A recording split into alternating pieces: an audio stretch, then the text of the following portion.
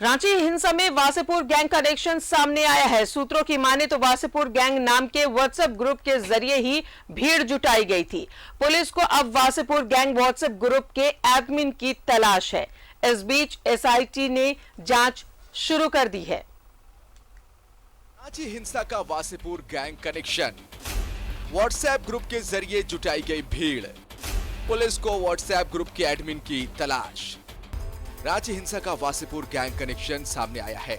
सूत्रों के मुताबिक वासेपुर गैंग नाम के व्हाट्सएप ग्रुप के जरिए 10 जून को नमाज के बाद भीड़ जुटाई गई थी। ऐसे में पुलिस को अब इस ग्रुप के एडमिन की तलाश है। वहीं एसआईटी ने भी रांची हिंसा की जांच तेज कर दी है। एसआईटी की टीम ने डेली मार्केट थाना पहुंचकर घटना से जुड़ी जानकारी ली। इतना ही नहीं, एसआईटी में शामिल एडीजी संजय लाटकर और आपदा प्रबंधन सचिव अमिताभ कौशल ने इकरा मस्जिद चौक का भी जायजा लिया। सर यहाँ पे किसी की सुबह पेट्रोल था,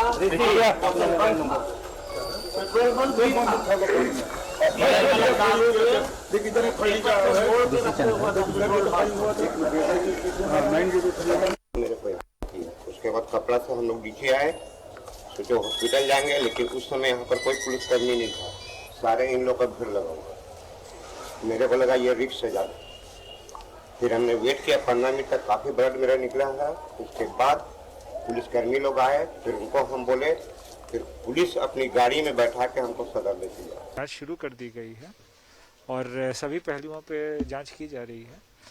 जिनसे भी जरूरी समझा जाएगा, सबसे इनपुट्स लिया जाएगा, चाहे सोशल मीडिया इनपुट्स हों या लोगों के बयान हों या फिर और तरीके के इनपुट्स हैं। सारी चीज़ों को देख के उसके बेसिस पे रिपोर्ट तैयार की जाएगी। अभी जस्ट बता दिया है कि जांच चल रही है और जांच के निष्कर्षों के बारे में हम कुछ बता नहीं सकते। जो व्हाट्सएप ग्रुप का क्या नाम था सर, जिससे लोग इस तरह का? ये कोई भी चीज हम डाइवर्ज नहीं कर सकते, नहीं बता सकते हैं जांच के दौरान। ठीक। इधर राज्यपाल रमेश बैस ने राजधानी रांची की विधि व्यवस्था की जानकारी ली है। डीजीपी, आईजी अभियान और रांची डीसी एसएसपी को राजभवन बुलाकर रांची हिंसा में अब तक की कार्रवाई की जानकारी ली। जुलूस को लेकर प्रशासन को क्या जानकारी थी? जुलूस को लेकर क्या थी प्रशासनिक तैयारी? भीड़ बेकाबू हुई तो वाटर कैनन का इस्तेमाल क्यों नहीं?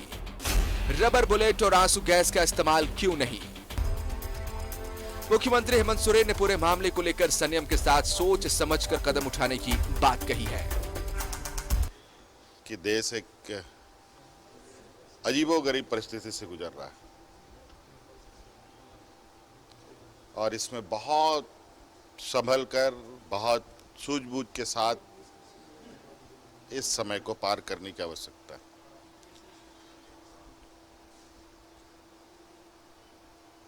आवेश में, तहस में अक्सर गलतियां होती हैं।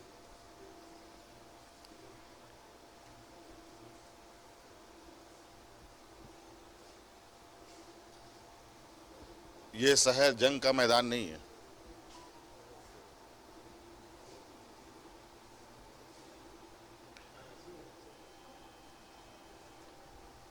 इसलिए मौजूदा परिस्थिति को समझते हुए और वर्तमान परिस्थिति को ध्यान में रखते हुए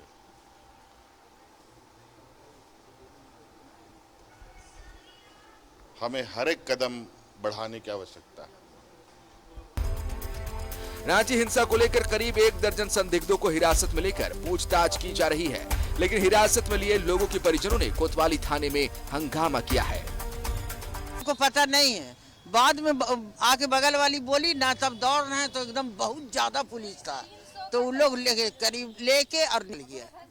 अब उस टाइम से हम लोग सब कैसे सोएंगे? हमारा बच्चे ही चला जाएगा, कुछ नहीं। अब मिलने आए हैं तो ना मिलने नहीं दे रहा है, एकदम मिलने नहीं दे रहा। इधर रांची हिंसा का मामला हाईकोर्ट पहुंच गया है। रांची हिंसा को लेकर पंकज कुमार यादव ने हाईकोर्ट में रिट याचिका दायर की। दंगाइयों की फंडिंग की जांच एनआईए से कराने की मांग की। याचिका में मुख्य सचिव, रांची डीसी और एसएसपी को पार्टी बनाया गया। एनआईए निदेशक, ईडी निदेशक, आयकर आयुक्त को भी प्रतिवादी बनाया गया है। एसडीपीआई के यास्मीन फारूकी, सांसद ओवैसी पर लोगों को भड़काने का आरोप। रांची में रहने वाले बांग्लादेशी रोहिंग्या समुदाय के लोगों की भूमिका की जांच की मांग। न्यूज़ 11 भारत के लिए रांची से सत्यवत किरण और इमरान के साथ ब्यूरो रिपोर्ट। और सीधा जुड़ेंगे, सहयोगी अंजनी हमारे साथ मौजूद है। अंजनी, जिस तरीके से ये उपद्रव हुआ, माहौल अब शांत है, अमन चैन की सांस में लोग जीना चाहते हैं और धीरे धीरे जिंदगी पटरी पर भी आ रही है, लेकिन इन उपद्रवियों में कुछ लोगों की गिरफ्तारी भी हुई है। जो नामजद आरोपी हैं उनकी भी गिरफ्तारी हुई है। कई ऐसे है जो घायल है, जो हॉस्पिटल में एडमिट है। तो पुलिस प्रशासन अपना काम कर रही है। जो उपद्रवी थे, जिन्होंने माहौल को खराब किया, वो बख्शे नहीं जाएंगे। हाँ, देखिए, शुक्रवार की घटना कहीं ना कहीं पूरे रांची के लिए एक हम कह सकते हैं कि काला दिवस के रूप में देखना चाहिए, क्योंकि रांची के लोग अमन चैन पसंद के लोग हैं और सभी धर्म जाति के लोग मिलकर रहते हैं। वो डेली मार्केट की बात हो या अपर बाजार की बात हो या लालपुर की बात हो, तमाम जगहों में सभी लोग रहते हैं और लेन देन खरीदारी करते हैं। लेकिन कुछ 15 से 20 जो उपद्रवी थे, जिन्हें आगे क्या होगा उन लोगों ने कभी नहीं सोचा और तमाम चीज़ों को कहीं ना कहीं बाधित कर दिया, रिश्तों में दरार ले आया। अब सोचिए, जो कई लोग अभी भी हिरासत में हैं और कुछ लोगों की गिरफ्तारियां भी हुई हैं और पुलिस अपना काम जरूर कर रही है और करना भी चाहिए। जिस तरह से सीसीटीवी फुटेज जो पुलिस के पास है, कई फोटोग्राफ्स हैं, उससे लोगों की तलाशी भी ली जा रही है और कई इलाकों में गहन छापेमारी भी हो रही है। देखिए, इस तरह की घटना कहीं ना कहीं हमें कई साल पीछे ले जाता है। तो ऐसी घटना या इस तरह के उपद्रवी करने वाले जो लोग हैं, ये कभी भी पॉजिटिव वे में नहीं सोचते हैं। 15 से 20 लोगों की वजह से तमाम जो रांची की गतिविधियां हैं वो एक समय पूरी तरह से बाधित हो गई। 144 लग गया, तमाम लोगों को अपने अपने घरों में रहने की सलाह दी गई और अभी भी देखेंगे तो लगभग 6 थाना क्षेत्रों में निषेधाज्ञा लागू है और ये कहा गया है कि 12 बजे से 5 बजे के बीच में मेन रोड में जो तमाम दुकानें हैं वो खुलेंगी और आपको जो खरीदारी करना है वो करें। लेकिन देखिए, आप देखेंगे जिस तरह से घटना घटी है, रिश्ते खराब जरूर हुए हैं, इसके साथ साथ देखेंगे आर्थिक नुकसान भी हुआ है। लगभग यदि पूरी तरह से देखेंगे तो लगभग 700 से 800 करोड़ रुपए का जो व्यापार है वो बाधित हुआ है। वो डेली मार्केट की बात हो, मेन रोड में तमाम दुकानें हैं, तो जो रांची के अन्य जगहों से जो लोग आते थे, अभी भी आना जाना अभी कम है। भले तमाम चीज़ें सामान्य हुई हैं, लेकिन ये जरूर कहा जा सकता है कि 1 या 2 दिनों में स्थिति और बेहतर हो जाएगी। लेकिन इसके लिए तमाम लोगों का सहयोग चाहिए प्रशासन के साथ, और प्रशासन को भी जो है बेहतर तरीके से चीज़ों की मॉनिटरिंग करनी चाहिए, क्योंकि जिस तरह से घटना घटी, उपद्रवी ने उपद्रव मचाया और कई लोग घायल हैं, पुलिसकर्मी भी घायल हैं और कई मीडिया कर्मी भी निशाने पे रहे थे राजदा। तो ऐसे में जहाँ मीडिया कर्मी अपना कर्तव्य निभाते हैं, उन्हें भी बहुत परेशानी झेलनी पड़ी। लेकिन अब धीरे धीरे स्थिति सामान्य हो रही है। राज्य सरकार की जो उच्च स्तरीय जो कमेटी है, कल कई इलाकों में उन्होंने जांच पड़ताल की है, तो वो अपना काम कर रही है और पुलिस अपना काम कर रही है। तो कुल मिलाकर ये जरूर कहेंगे कि राजभवन हो या केंद्र का गृह मंत्रालय हो, तमाम लोगों की जो नजरें हैं वो रांची पे हैं कि स्थिति कितना जल्दी यहाँ सामान्य हो पाती है। लेकिन राजभवन भी काफ़ी तल्ख है। तमाम चीज़ों की इंक्वायरी के लिए तमाम लोगों, जो आला अधिकारी हैं, डीजीपी हो, एसएसपी हो या रांची के डीसी हो, कई चीज़ों की जानकारी लेने के लिए राज्यपाल ने उन्हें बुलाया है। तो ये अब देखना होगा कि अब आने वाले समय में अभी और भी लोगों की गिरफ्तारियां होंगी। कई लोगों की गिरफ्तारी हुई है, अभी कई लोग हिरासत में हैं, पूछताछ हो रही है। तो कुल मिलाकर ये हम जरूर कहेंगे कि महात्मा गांधी मार्ग की जो स्थिति है वो अब पहले की तुलना में सामान्य हो रही है। तो आज 12 बजे से 5 बजे के बीच में थोड़ी भीड़ महात्मा गांधी मार्ग में जरूर दिखाई देगी। लेकिन जिस तरह से स्थिति, जो घटना घटी, वो काफ़ी निंदनीय है और कहीं ना कहीं ये तमाम लोग मंथन कर रहे हैं, सभी धर्म जाति के लोग, कि ऐसा होना नहीं चाहिए। अब आने वाले समय में हमें सबक लेने की ज़रूरत है कि ऐसे लोगों को चिन्हित करें, ऐसे लोगों को रोकें, क्योंकि कुछ लोगों की वजह से रांची की स्थिति असामान्य हो गई थी, लेकिन अब जीवन जो है पटरी पे लौट रही है। तमाम जो प्रशासनिक पदाधिकारी हैं वो अपना काम कर रहे हैं और जो उपद्रव करने वाले जो लोग थे वो तमाम लोग धीरे धीरे करके चिन्हित हो रहे हैं। अंजलि, इस बीच WhatsApp group Wasseypur gang connection भी सामने आ रहा है, जिसमें लोगों को भड़काने के लिए इस ग्रुप का इस्तेमाल किया गया और इसी के जरिए लोगों को इकट्ठा किया गया, पत्थरबाजी की गई। तो इस ग्रुप का वासेपुर गैंग कनेक्शन सामने आ रहा है। हाँ, देखिए, वासेपुर का जब भी नाम आता है तो ये तमाम लोग जानते हैं कि वहाँ किस तरह से गतिविधियाँ होती हैं। उस पर फिल्म भी बनी है। कहीं ना कहीं आक्रामक चीज़ों को लेकर वासेपुर काफ़ी चर्चा में रहा है और जिस तरह से जो गतिविधियाँ रही है, कहीं ना कहीं हम कह सकते हैं जो आक्रामक तेवर रहे हैं वो व्हाट्सएप से कहीं ना कहीं संचालित हुए हैं।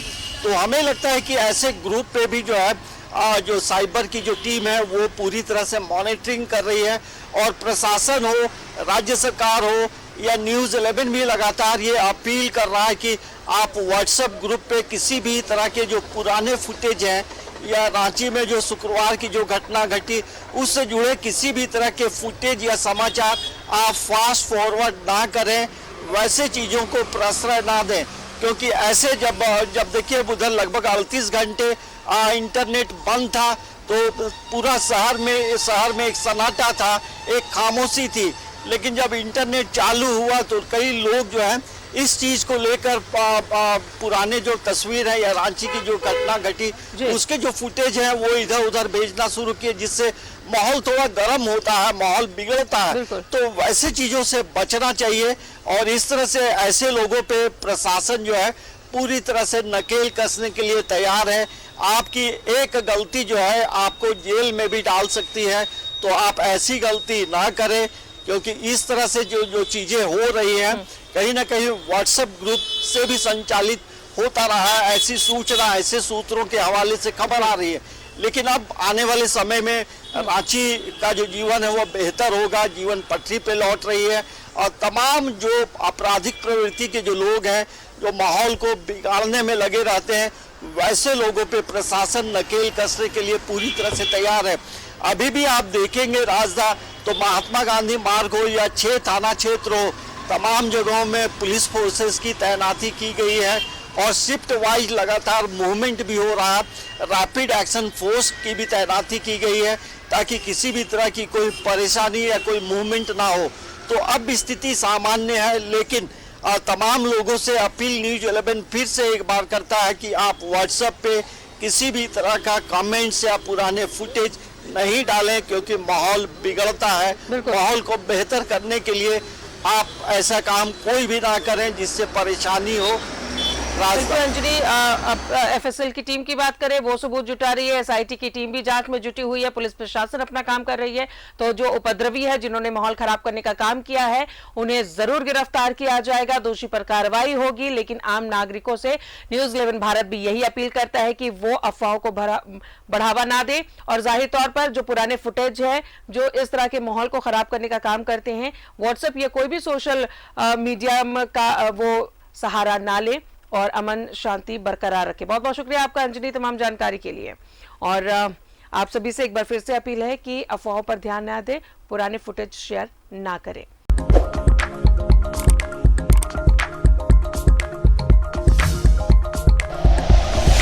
Like and share videos, subscribe करें हमारा चैनल और प्रेस करें बेल आइकॉन। न्यूज़ 11 भारत, सच है तो दिखेगा।